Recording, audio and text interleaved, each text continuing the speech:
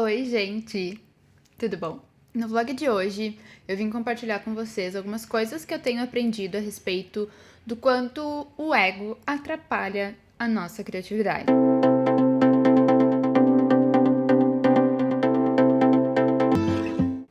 E para começar a falar sobre isso, a gente tem que primeiro entender o que é ego. O ego é um dos 3 elementos que formam a nossa personalidade. Psicólogos, psiquiatras, por favor, eu fiz uma pesquisa rápida, então se eu estiver errada, colhem aqui uma resposta mais adequada, mas isso foi o que eu encontrei a respeito, então me deem um descontinho. Então, o ego é um dos 3 elementos que formam a nossa personalidade e essa personalidade se traduz em comportamentos. O ego é um desses elementos e ele tem como base o princípio da realidade, que é formado através do meio social.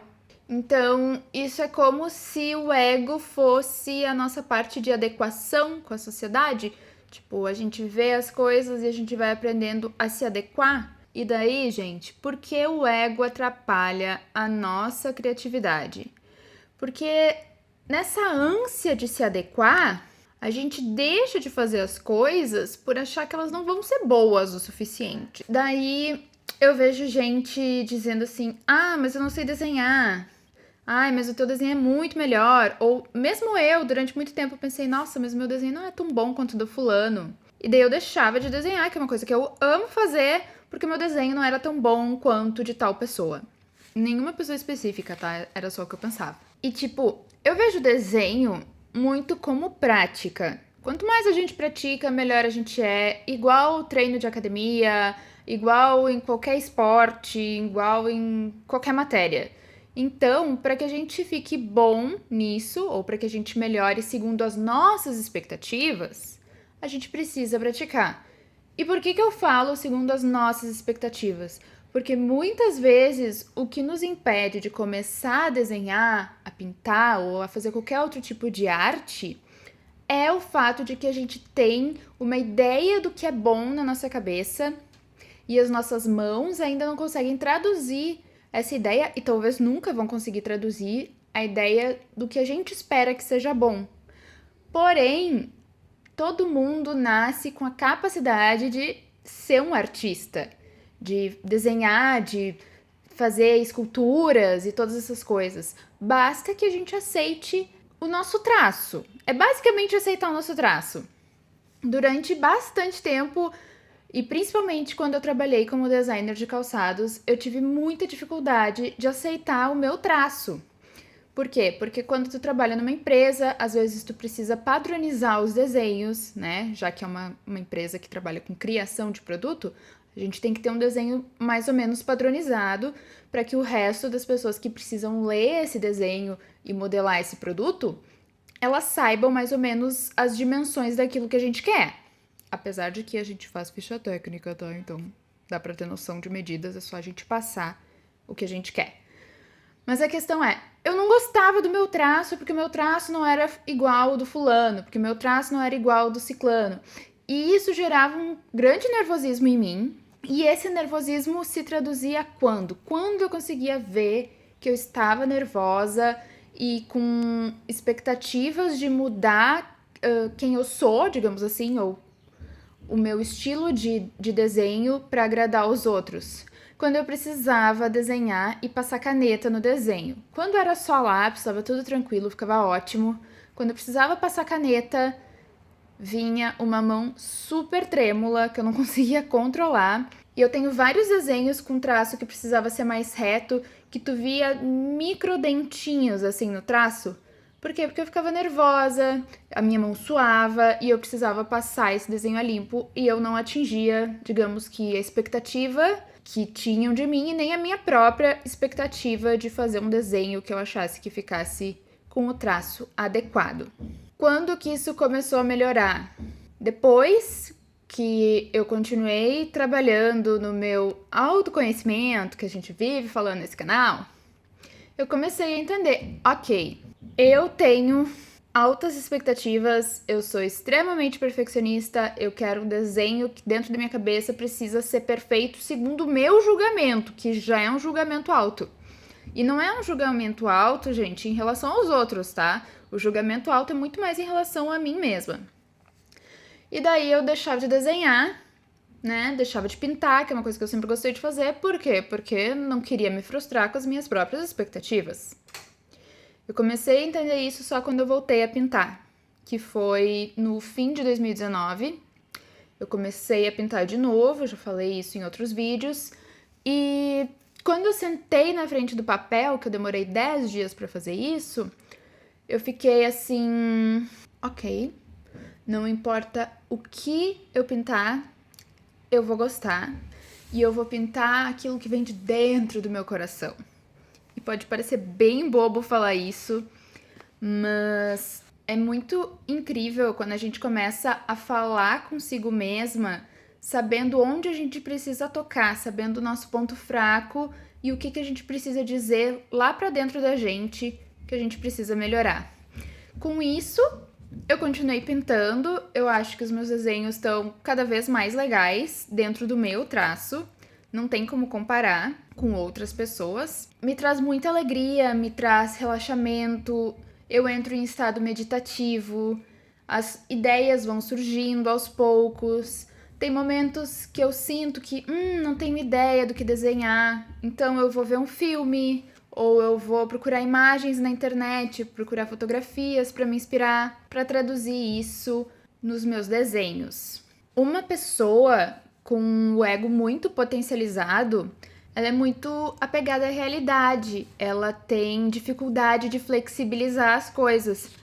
E, gente, eu não tô falando isso como uma pessoa que tá acima dessa situação, tá?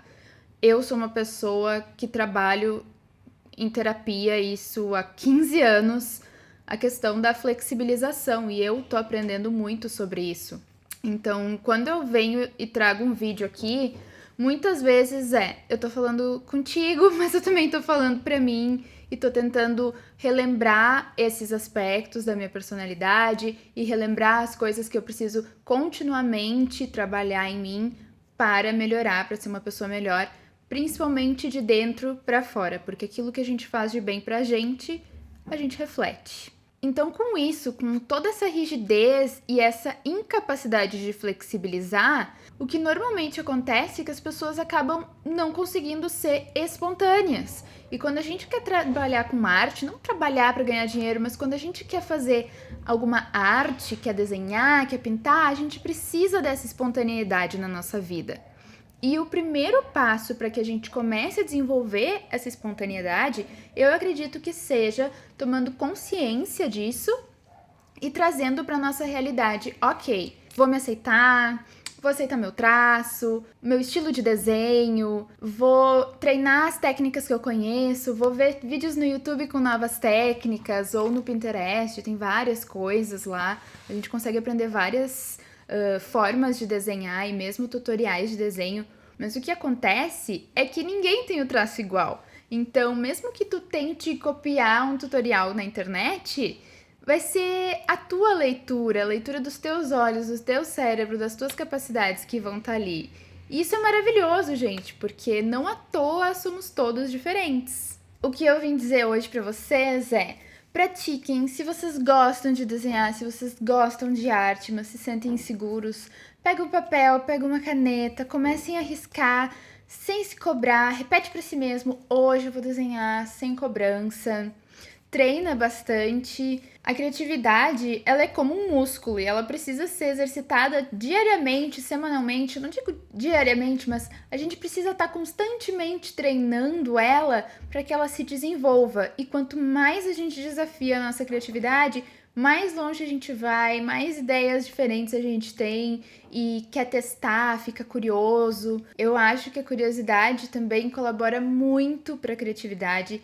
Ser curioso a respeito daquilo que a gente vê, buscar mais, ir a fundo. Por exemplo, eu quero desenhar uma planta, então uma margarida. Eu vou procurar por margarida na internet. Eu não vou pegar uma única foto de uma margarida se eu quero entender como aquela planta é. Vou pegar uma foto de frente, uma foto de cima, uma foto mais de lado, uma foto por baixo, uma foto das folhas e assim por diante, para que eu entenda bem aquela flor, para que eu consiga traduzir aquela flor da melhor maneira possível, segundo as minhas capacidades.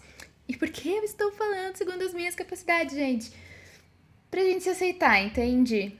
O primeiro passo é a gente se aceitar e aceitar o nosso traço, aceitar o nosso estilo de desenho. Eu acho que os artistas mais interessantes, tanto antigos quanto os novos, são aqueles que abraçaram o jeito deles e transformaram isso numa assinatura. Então tem a tua própria assinatura, tu vai descobrir que tu pode ter muito prazer e momentos incríveis enquanto tu aproveita as tuas próprias capacidades e te desenvolve. E eu te desafio hoje para até o próximo vídeo você fazer o seu primeiro desenho ou você fazer um desenho e postar ou me mandar por DM lá no Instagram, que eu vou tagar todo mundo que me mandar desenho e vou compartilhar como uma maneira da gente se apoiar e apoiar as capacidades de cada um, o desenvolvimento pessoal de cada um e se dar coragem, entende? Então, se tu tá empolgado, se tu gostou desse vídeo, faz um desenho essa semana e me manda lá que eu vou amar poder compartilhar com todo mundo. E o vídeo hoje era sobre isso, eu espero que vocês tenham gostado. Se ficou alguma dúvida ou se vocês querem compartilhar alguma coisa, me chama por aqui, deixa nos comentários, ou me chama lá no WhatsApp, eu tô sempre respondendo DM por lá. Não se esquece de se inscrever no canal se você ainda não tá inscrito, é um botãozinho que tá num desses lados, vermelhinho, escrito inscrever-se. E eu vou adorar poder conversar contigo na semana que vem. Um beijo!